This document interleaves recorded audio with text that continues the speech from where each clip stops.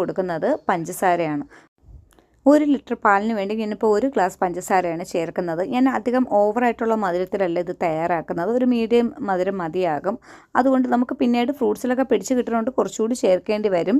അപ്പോൾ അത് ഇതൊന്ന് കുറുകിയതിന് ശേഷം നമുക്ക് മധുരം നോക്കിയിട്ട് ചേർത്ത് കൊടുക്കാവുന്നതാണ്. ഞാൻ ഇതുപോലെ ഒന്ന് ഇളക്കി കൊടുത്തുകൊണ്ടിരിക്കുകയാണ്.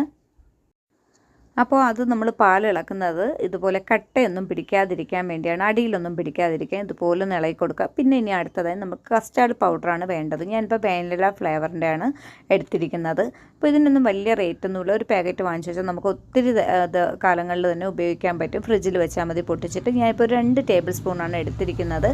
അത് ഞാൻ ഇതിൽ നിന്ന് കുറച്ച് പാൽ ചേർത്തൊന്ന് മിക്സ് ചെയ്ത് ഇതിലോട്ട് ചേർത്ത് കൊടുക്കാം.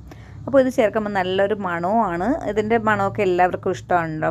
ഫ്രൂട്ട് സലാഡിൽ കൂടുതലും ഇതാണ് നമ്മൾ ചേർക്കുന്നത്. ഇതിൻ്റെ വേറെ ഫ്ലേവറും ഉണ്ട്, സ്ട്രോബെറി ഒക്കെ ഉണ്ട്. അത് വേണമെന്നുള്ളവർക്ക് അതും എടുക്കാം. ഞാനിപ്പോൾ വാനിലയാണ് എടുത്തത്.